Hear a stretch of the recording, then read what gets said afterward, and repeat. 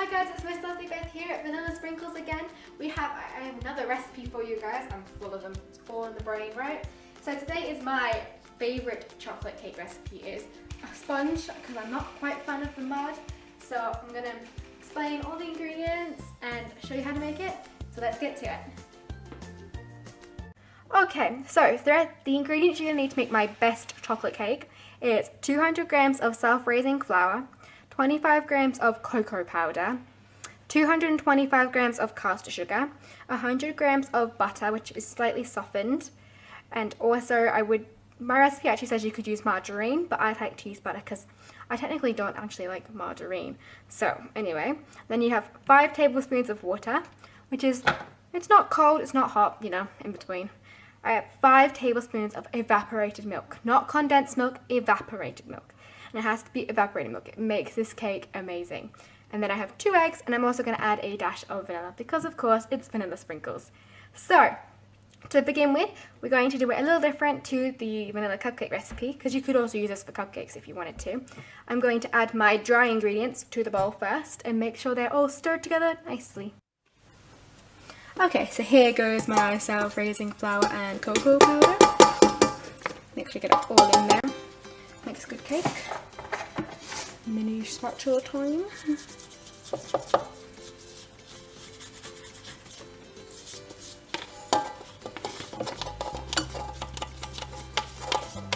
Oh yeah. There's all that in. Just put that back there. And then I'm going to add my sugar. The sugar's going in. There we go.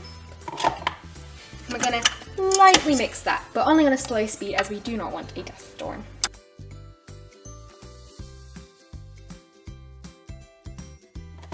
Okay, now that it's all mixed, I'm going to add my butter and we're going to mix it until it goes to a breadcrumb type texture.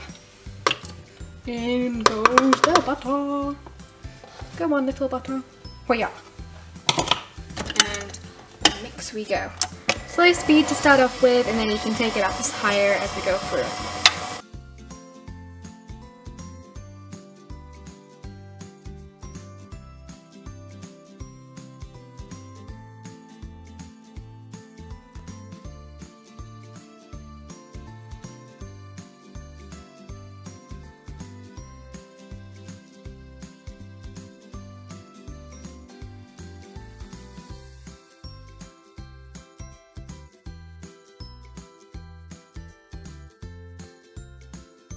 You can just see it's become like a bread crumb texture.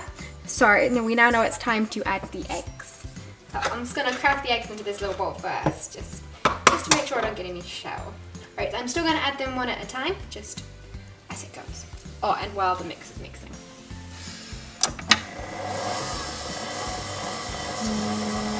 Go on, 1 egg. Oh yeah, 1 egg.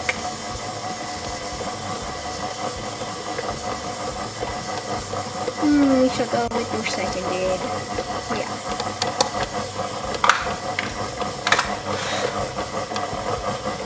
Okie dokie.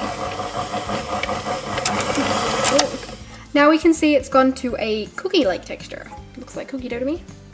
Doesn't taste very nice, but we're gonna get to the better part. So now it's the time to add the vanilla, the evaporated milk, and the water. I'm just gonna add my vanilla. Put it on a slow speed. In goes the water. In goes the vanilla.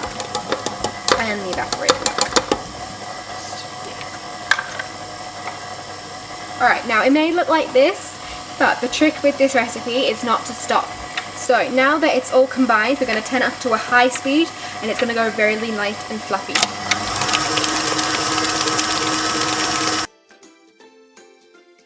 Have you seen that change?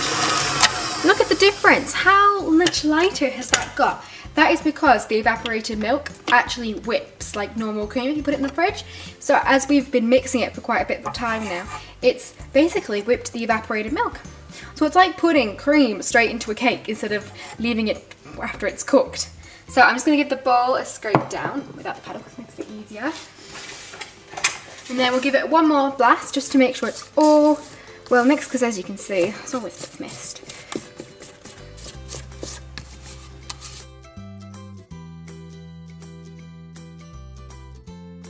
So we'll just give it another 30 seconds on a high speed. There we go.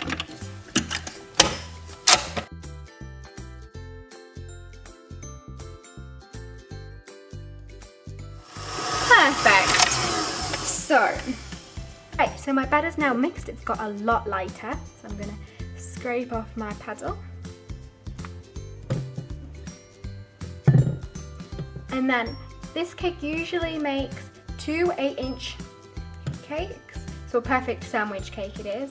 And then, but today I'm doing something a little different, as I've got an idea with the chocolate cake I want to use.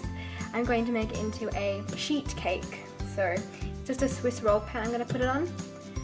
Put it in, and then I'm going to cut little circles out to put in push pops, because I've got lots of them. Someone bought me loads of them when they were on sale, so I thought I might use some of them up. So I'm going to do this one more scrape around. I'm going to pour it into my pan. So I would normally cook the cakes at 180 for 20 to 25 minutes. I'm going to cook this for about 15 and then check, because it's going to be a lot thinner than my normal cake. I don't want it to overcook, as it needs to be really light and fluffy. This is like the best recipe for chocolate cake. If you just want like chocolate. Like I said, it's not a mud cake. It is just your classic milk chocolate sponge. Right, so that's just about it all. I'm going over here. I'm going to straighten that. For all those people out there that like things to be straight, I understand. Right, I'm going to spread this out to the edges. Normally when I do it with like the 2 pans, it's a little easier. You just scoop it in, eyeball it. But, you know, sometimes it's good to have a change.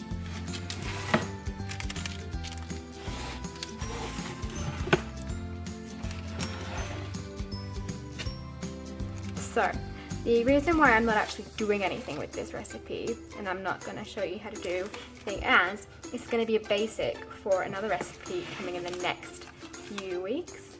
So, what occasion is coming next? If you can tell me in the comments, I'd love to know. See if you can guess what I'm going to be doing. Some of you might already know if you know me too well. I might have told ya. Right, so now I'm going to put this in the oven. We'll be back.